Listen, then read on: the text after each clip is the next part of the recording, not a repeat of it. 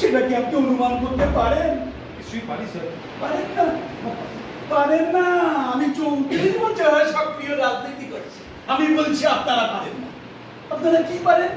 ওই খসখস করে 14 পাতা ডায়েরি লিখতে, খসখস করে 4 প্যাকেট সিগারেট ফুঁকতে, আর বাড়ি ফিরে গিয়ে বউ আর শালিকে বগল দাবা করে ওই সিনেমায় চলে যেতে। বাস, ইয়ার এন্ডস দ্য ম্যাটার। স্যার আপনাকে একটা সবিনয় প্রশ্ন করতে পারি? কোনো পলিটিক্যাল ইচ্ছা নয় তো? না না স্যার, একেবারেই নন পলিটিক্যাল। তাহলে বলুন। বলছিল স্যার, আপনি তো মাস্টারমশাই ছিলেন, ছাত্রছাত্রী পড়াতে বেশ মানানসই ছিল আপনার প্রফেশন। সব ছেড়ে হঠাৎ রাজনীতি গেলেন তো?